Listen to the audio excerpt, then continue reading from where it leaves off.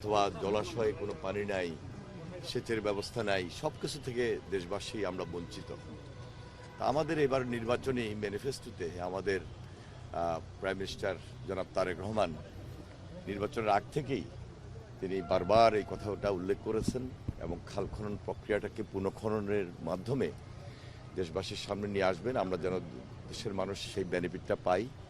আজকে আমরা মিটিং করেছি, সিদ্ধান্ত হয়েছে 4টা মন্ত্রণালয়ে আমরা বসে, বিশেষ করে পানি সম্পদ মন্ত্রণালয়, স্থানীয় সরকার মন্ত্রণালয়, কৃষি মন্ত্রণালয় এবং দুর্যোগ ব্যবস্থাপনা মন্ত্রণালয় সহ আমরা এই 4টা মন্ত্রণালয়ে বসবো, আলোচনা করব এবং পরবর্তী সপ্তাহে সিদ্ধান্ত হবে। সিদ্ধান্ত অনুযায়ী আমরা কিভাবে খাল খনন এই প্রক্রিয়াটা একটা কর্মসূচি এবং বিপ্লব আকারে নিয়ে এই আন্দোলনটাকে সাকসেস করতে পারি, সেই সমূহ সিদ্ধান্ত আমরা পৌঁছাবো এবং আমাদের কার্যক্রম 180 দিন যেটা, সেই কার্যক্রম আমাদের শুরু হবে ইনশাআল্লাহ।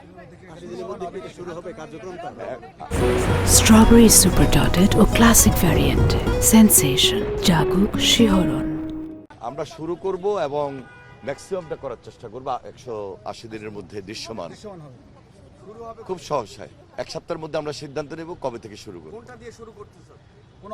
আমরা এখনো ওই ধরনের কোনো সিদ্ধান্ত নেই। 4টা মন্ত্রণালয়ে বসবো, বসে আমরা কবে নাগাদ সিদ্ধান্ত নিয়ে শুরু করব সেটা আমরা জানাচ্ছি।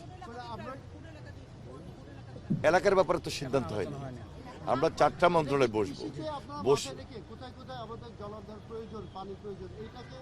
সারা বাংলাদেশে আমাদের কিছু চলমান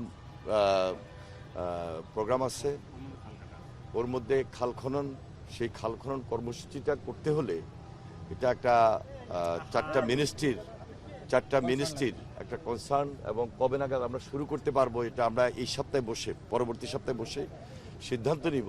এবং সিদ্ধান্তটা খুবই গুরুত্বপূর্ণ এই কারণে যে এই কাজটা আমাদেরকে 180 দিনের মধ্যে শুরু এবং ম্যাক্সিমামটা করতে হবে।